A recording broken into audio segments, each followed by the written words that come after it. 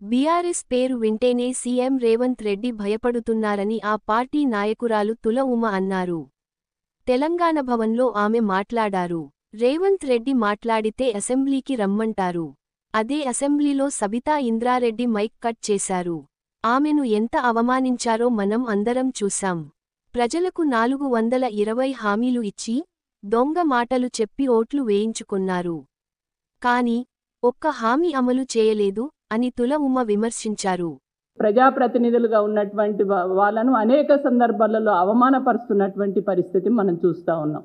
ఇవాళ ప్రతి మాటకి ఏమంటాడు రేవంత్ రెడ్డి గారు, అసెంబ్లీకి రాండ్రి మాట్లాడుండ్రి, అసెంబ్లీకి రాండ్రి మాట్లాడుండ్రి అంటాడు.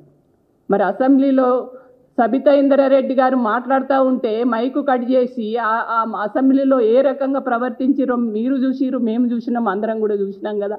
నీతిగా నిజాయితీగా పరిపాలన చేస్తే చేయండి, చేత కాకపోతే నాకు చేతనైతే లేదని తప్పుకోండి. కానీ ఇవాళ ప్రజలకు భారంగా తెలంగాణ ప్రజలు ఎన్నో కలలు కన్నారు. తెలంగాణ వస్తే తెలంగాణను బాగు చేస్తారు, తెలంగాణ రాష్ట్రాన్ని మేము బాగు చేసుకుంటాము, మంచి పరిపాలన కేసీఆర్ చేస్తారని అదే పద్ధతిలో కేసీఆర్ గారు చేసిర్రు. కానీ ఇప్పుడు ఇవాళ నువ్వు చెప్పినటువంటి అబద్ధపు మాటలు, మోసపు మాటలు, దొంగ మాటలు చెప్పి ప్రజలు నమ్మి ఏదైతే ఓటు వేసిండ్రో నువ్వు చేస్తావని కలలు కన్నారో అవన్నీ కూడా ఇవాళ ప్రజలు తెలుసుకున్నారు. అరే మేము ఆయన చెప్పిన అబద్ధపు మాటలు నమ్ముతిమి, మోసపోతిమి, తెలియక కయ్యల పడితిమి, ఇంత దరిద్రమైనటువంటి పరిపాలన ఈ రేవంత్ రెడ్డి చేస్తున్నాడు, మాకు భారంగా తయారైంది అనేటువంటి పరిస్థితి వాళ్ళ తెలంగాణలో తెలంగాణ ప్రజలు ముఖ్యంగా మహిళలు మాట్లాడుకున్నటువంటి మాటలే నేను వాళ్ళ మీ ముందు చెప్పడం అనేది జరుగుతుంది. అంటే రేవంత్ రెడ్డి ఏమనుకుంటుండంటే అబద్ధాలు చెప్పి ప్రజల్ని నమ్మించవచ్చు, ప్రజలు నమ్ముతారు అని కలలు కంటున్నాడు. కానీ తెలంగాణ ప్రజలు చాలా తెలివిగల వాళ్ళు, ఎవరేం మాట్లాడుతారో గమనిస్తారు, వాస్తవాలు ఏంటో అర్థం చేసుకుంటారు. కాబట్టి ఇవాళ తెలంగాణ ప్రజలకు అర్థమైంది. 420 హామీలు ఇచ్చిండు, ఒకటి కూడా అమలు చేస్తలేడు. ఒకటో రెండో అరకొర చేసి అది చేసినని డబ్బ కొట్టుకుంటుండు, అవి కూడా చేస్తలేడు. ఇవాళ నిజంగా తెలంగాణకు మంచి పరిపాలన చేయాలంటే అది కేసీఆరే అనేది వాళ్ళ ప్రజలకు అర్థమైపోయింది. కాబట్టి రేవంత్ రెడ్డి చేస్తున్నటువంటి ఈ ప్రోటోకాల్ విషయంలో మాత్రం ఇవాళ మేము తీవ్రంగా ఖండిస్తున్నాం. ఎందుకంటే రాష్ట్ర వ్యాప్తంగా కూడా ఎమ్మెల్యేల విషయంలో ఇదే పద్ధతిలో వాళ్ళు అనుసరిస్తున్నారు.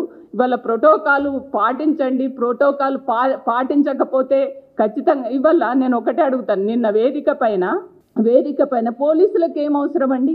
వేదిక పైన డిఎస్పీ పోయి సబితా ఇంద్రారెడ్డి గారిని చేతులు పెట్టి సైగా మీరు వెళ్ళండి, ఎందుకు వెళ్తారండి? ఆ లోకల్ ఎమ్మెల్యే కదా, ఆమెకు రైటు లేదా? వేదికను పంచుకునే హక్కు లేదా?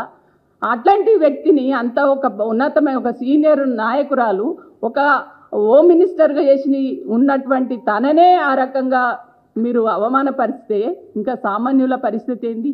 కాబట్టి ఇవల్ల ఇక్కడ ఉన్నటువంటి అధికారులు, పోలీసు వ్యవస్థ అంతా కూడా కాంగ్రెస్ కార్యకర్తలుగా పనిచేస్తున్నారు. నేను ఒకటే రిక్వెస్ట్ చేస్తున్నా, ప్రభుత్వాలు వస్తుంటాయి పోతుంటాయి, కానీ అధికారులలాగా పనిచేయండి, ప్రోటోకాల్ను పాటించండి. పోలీసులు కూడా మీ శాంతి భద్రతలను కాపాడే డ్యూటీ ఏదైతే ఉంటుందో గది చేయండి. కానీ మీరు ఇష్టానుసారంగా ఏది పడితే అదే ఇవాళ ఇక్కడ ఉన్నటువంటి రేవంత్ రెడ్డి నడిపిస్తున్నట్టుగా నడిస్తే అది కరెక్ట్ కాదు. అది మీరు అర్థం చేసుకోవాలి. రేపు ఇంకో ప్రభుత్వం కూడా వస్తుంది. కాబట్టి ఎవరు వచ్చినా కూడా మీరు ప్రోటోకాల్ను ఫాలో కావాలి, కానీ అధికారాన్ని దుర్వినియోగం చేయొద్దని చెప్పేసి ఈ సందర్భంగా నేను హెచ్చరిస్తున్నాను.